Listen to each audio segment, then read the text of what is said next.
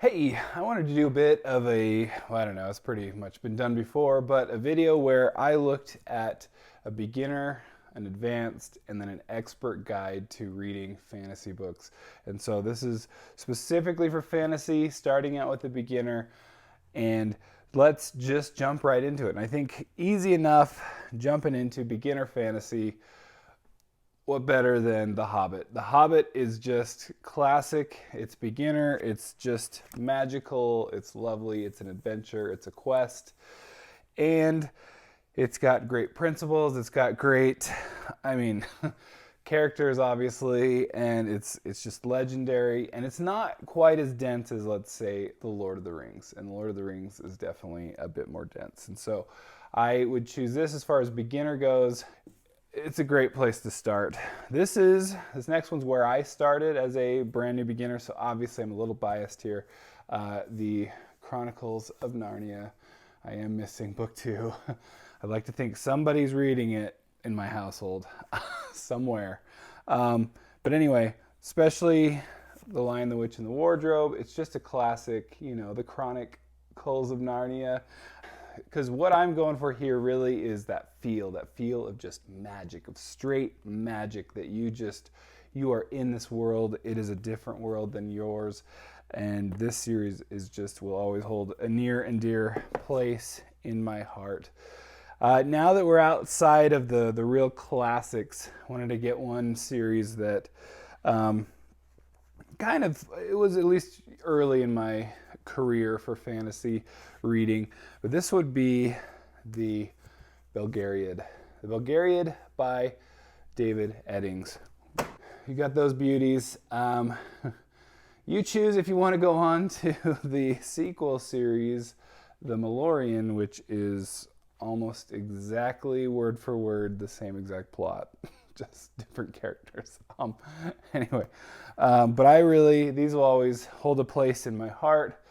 They're not complicated, but they're fun, and they do immerse you in this new and fun world. I just think that's just a good starting point there. The other one that I always go kind of hand in hand for me for beginning your fantasy journey is going to be Magician. The Magician, everyone sees this at every single science fiction and fantasy part of Barnes & Noble, or you name it. It's just a classic, good way to start. The main character's named Pug. I mean, who doesn't love pugs? I grew up with pugs, so I do. But just another very straightforward, but just interesting, fun fantasy world. Easy to get into, easy to jump you into this kind of reading and kind of opening you up to new fun things. Another classic for just beginning fantasy. I'm going to go, and these are they're so easy, they're so slim. A Wizard of Earthsea, Ursula K. Le Guin. Just classic, good, and this is actually, it's a little different. I hesitated to put it in beginner, but I think it's a good beginner start.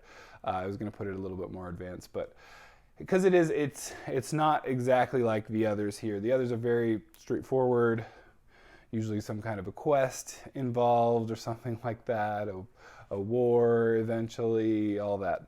But Ursula K. Le Guin, I just think, just a good take on a very, just pretty, normal trope and classic tale here. We'll go with. Trying to say it without too many spoilers here. Finally, for beginner, I'm going to throw, this is kind of a newer beginner, and this is my collection, but Crown Conspiracy, the actual book, and I can throw it up there, but by Michael J. Sullivan. The Theft of Swords actually contains this and the second book, Avampartha. Yes. These ones, they're just easy to read, smooth. They don't dump a lot of info on your lap at one time. They will kind of feed it to you as it's needed, or he will. And so I just think this is a good starting point. It has a lot of the traditional tropes of fantasy, and this is kind of the theme here for the beginning. I think in order to get to advanced and to get to expert, you almost need that basis so that you see what the other ones are are playing with, right? Are subverting and all that. And you need kind of your basis in elves, in dwarves, in those types of things. And I love them anyway, and dragons. So anyway, there's my 6 books to begin your fantasy journey, but obviously nowhere near the end. All right, moving on to advanced. Let's get a little advanced here. We're getting away from our kind of bases, our basics here, and we're going to go and move on to just a little more intensive plot, a little more going on, a little more intrigue, maybe a couple more characters you have to pay attention to. But anyway, Dragon Prince, Melanie Ron. This trilogy got me back into reading fantasy, and I had read a number of the kind of basics, but I actually probably read this a little earlier than some of the other basics that I read. So this one is just, it's a classic. I mean, look at that beautiful Michael Whelan artwork. Ron just does such an excellent job of these characters, the character work, an interesting world that the Sunrunners and everything. And I really just, this one again will always have a special place in my heart, but I just think this is, it's a lot more of the intrigue and the scheming between different nations and that kind of thing. It's not your like straightforward, like, we're going on a trip and we're gonna, oh look, there's an elf, there's a dwarf, hey, there's a wizard. And like it's more just like, hey, there's also this magic, but also here's all this other stuff that's going on. So that's one. I debated on expert or not, but or advanced, but I think Liza Locke-Lamora, it's still pretty straightforward, but more again with the intrigue, the plotting. There are a number of characters, but it's still not like too crazy. We're going to get into some of those with the expert recommendations, but this is where I just, it's so well plotted and interesting. And I think this is kind of, the advanced is more for like plot over crazy complexity of all the world and everything. And so I'm going with Liza Locke-Lamora. It's so good. If this doesn't cement you into reading fantasy, I don't know what does. This is one, Heroes Die, Matthew Woodring Stover. This is one of those that's just so well plotted. It's such a cool concept. I just think it's your natural kind of progression from like, hey, let's take fantasy world and all its coolness and everything and that we love and the magic and the whatever, the peoples and the different, like, you know, orcs and everything. And let's add, like, what if people from the future came in and just jacked up everything? So that's what that one does. Then this is where I've gotten back into reading more of Robin Hobb. Again, political intrigue and more getting into just kind of crushing your heart, getting into just what fantasy can do for your emotions. And I think this is a good progression of, now don't expect it to be like you kind of read this going Assassin's Apprentice. Oh man, action-packed craziness. It's not Brent Weeks. It's more slow. It is slower than that. It's fine. Oh, it has a Melanie Ron quote, speaking of which. And just it's so good, and the characters, and like you fall in love with the characters. And again, it's not just like we're going along on this quest here. So those are 4 advanced books in fantasy. So that's for your advanced. We're talking, if the beginner was elementary or high school, we're talking college level fantasy right there, okay? All right, who's ready to earn their doctorate in fantasy? Okay, this is the expert level fantasy. This is where we've progressed from kind of getting to know our surroundings in some magical lands and going on a quest and slowly kind of meeting our different breeds of creatures in the world and peoples and whatever, to the advanced, where we're looking at more nations clashing and emotions and character and focus on characters. Well, now I'm kind of looking at subverting those tropes or taking those characters and making it like 20,000 times bigger and expanding everything and making it just worldwide and huge. And these are my recommendations for that. So first, I'm going with, this is old school. Look at that old school cover. Game of Thrones. A Game of Thrones. I said that right? So this is one that really, I remember my friend going, I'm so jealous you get to read this for the first time. And that really solidified, wow, I cannot wait to read this. And it's multiply the characters that you're trying to keep track of by 100, and you might get there with this. It's just bigger and then meaner too on top of it. It just doesn't pull its punches at all. Much more complex, the plotting, and you almost don't notice, and then all of a sudden you're like, oh my gosh, these people are about to meet up, and how did that even happen? And anyway, just so much grander, bigger.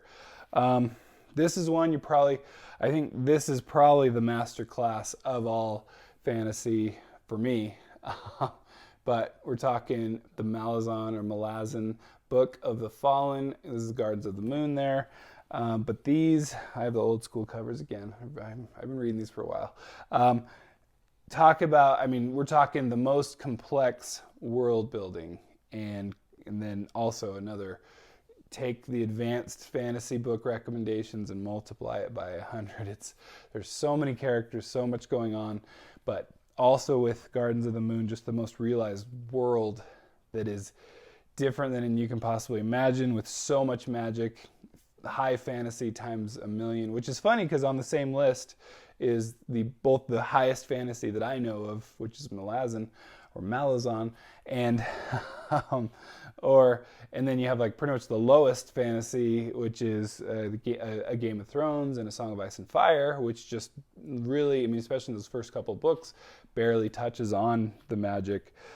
Another one, Janny Wirtz. This is just expert level because it's going to take some time. It's going to take some time to get into this, to get into the world, to start falling in love with these characters. But once you do, you are diehard into them. But it's complex, it's intricately plotted, and there's just a lot going on. And again, a lot of these need to be 7 to 10 books long for a series, and each 800 to 1,000 pages long, or 1,200, whatever it may be. So Janny Wirtz, absolutely expert level though. So my argument here, because I debated putting this in the advance, because I think Joe Abercrombie in general, but this is a good standalone to kind of get to know him. Probably better if you start with the first law if you really want to know all the characters in this book, but you don't need to. This is a standalone though, and I put this here. It is more straightforward. You're dealing with a lot less characters, but I just feel like you need your foundation for Joe Abercrombie to be able to understand what he's subverting in this whole series. And he's taken, especially in the First Law trilogy, just taking some of these, like, it's the hero protagonist, and then, they don't always do great things. They make bad choices and they're not even ashamed of them. That's a hero? Anyway, it's so you start questioning everything. I think you need that kind of basis, and it just makes you appreciate what Joe Abercrombie is doing all that much more, and that's why I put him on the expert level. Finally, on expert level, I'm going, and again, this is one I debated advanced, but I think it goes in expert for a couple of reasons, and I'll just say it. So, The Wheel of Time. I think The Wheel of Time is expert level. I don't think I don't have an order for these. If anything, I would say Malazan is probably the most expert level of all fantasy. Don't at me, or we'll talk. I'll discuss this. But this is the reason, partly is because it's 14 books plus a prequel, so 15 total. As a lot to ask. One. Two, there are so many characters I mean, I read the first 5 books twice, and I still was struggling by book 10 and 11 on just who some of them were, and having to use some of the wiki and stuff that you don't really want to use because those are spoiler filled. And so that's why I'm kind of going, it really is on the expert level. Although, I mean, really, if you take it on a book by book basis, they really are pretty straightforward. But they expand a whole world, or they span the whole continent, and they go all over the place. There's so much involved with the cultures and everything. I just think, and then just like I said, if any of these books series have a lot of characters, it's definitely Wheel of Time. Wheel of Time has just so much going on for it. And so that's why I'm going expert level, just to keep track of everything. And then, I mean, because it's a 14, 15 book commitment, that is a whole lot. And you have to be ready for that to go into it. Editing Bryce here. Hey, just forgot one important detail on Beyond Expert. What is Beyond Expert, you may ask? Well, Beyond Expert is writing your own. It's creating your own. I really think that is the absolute next step in the fantasy journey, is making your own worlds, doing your own thing, and going beyond. I mean, that's, talk about complicated, even if it's a straightforward story, but making it your own and doing your own thing. So I admire authors that do that, and I guess it's only authors do that, maybe. Anyway, what did I get wrong? Those are my kind of recommendations just to get you started. Obviously, there's so many more books out there. I haven't even, I mean, just to narrow it down to these was like, I was like picking between children. And it's like, I can't even, it's so hard to do. So anyway, I narrowed it down at least to somewhat, to some degree, and I think I'm going to stick with it. These I feel really good about this one, but I'm also acknowledging that I'm missing so many more, and I'm sorry, but let me know what fits in what category for you. Let me know what is it, what is the or what would go in a different one? Which ones do you disagree with? And what other books out there, where would you kind of categorize them?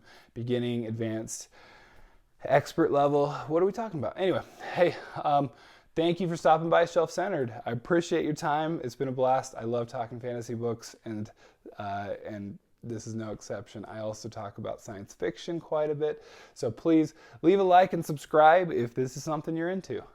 And we'll catch you later. Bye.